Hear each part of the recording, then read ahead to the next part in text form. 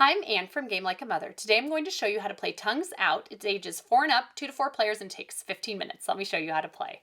The goal of the game is to be the first to collect 6 pugs.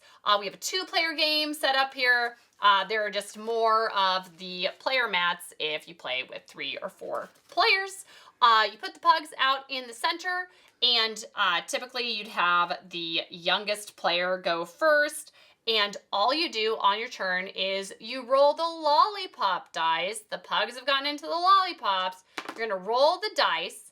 We have an orange and a blue that came up, and you get to pick up to 2 different pugs to check their tongues. And you check them by either squeezing this side, or you can poke them down on the top of the head. So this is an orange one, hooray. We'll say it's this player that went first.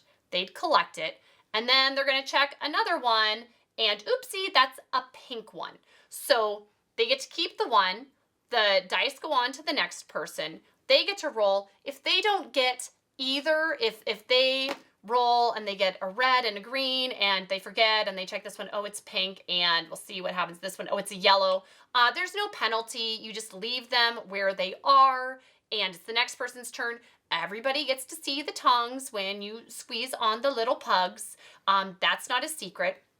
If you do get 2 of the same color, so we'll say a red and a yellow come up conveniently for this player, and they get a pink and a yellow. They get a pink and they get the yellow. Hooray! If you get 2, then you get to go again.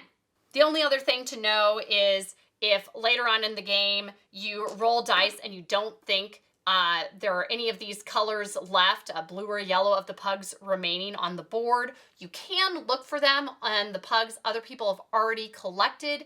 And if you correctly get matches from that, then you'd get another chance to, you can't collect the ones that match what were rolled, but then you'd get another chance to roll the dice and collect different pugs. And just whoever gets to 6 pugs on their board first is the winner.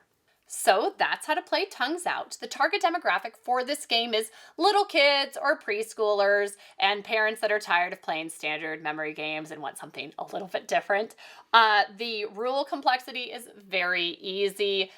You barely need to look at the rules to know what to do for this. It is very intuitive. How competitive is this game?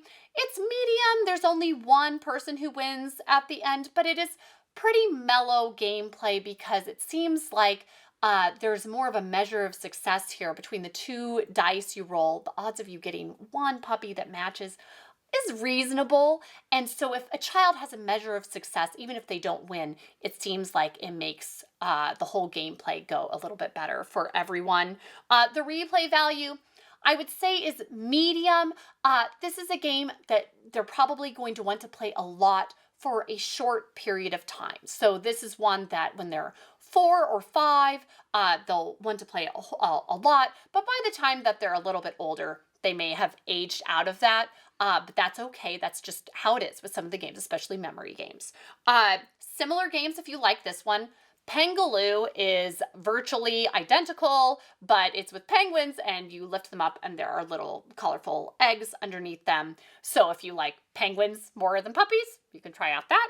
And then also I would recommend Critter Cruise is a Noah's Ark themed memory game. And it's the same kind of thing where it's a more gentle memory experience as you're trying to make matches with the animals. But we've really been enjoying Tongues Out. I have a 4-year-old and she has been playing this on repeat, so you should check it out. Thanks and see you next time from Game Like a Mother.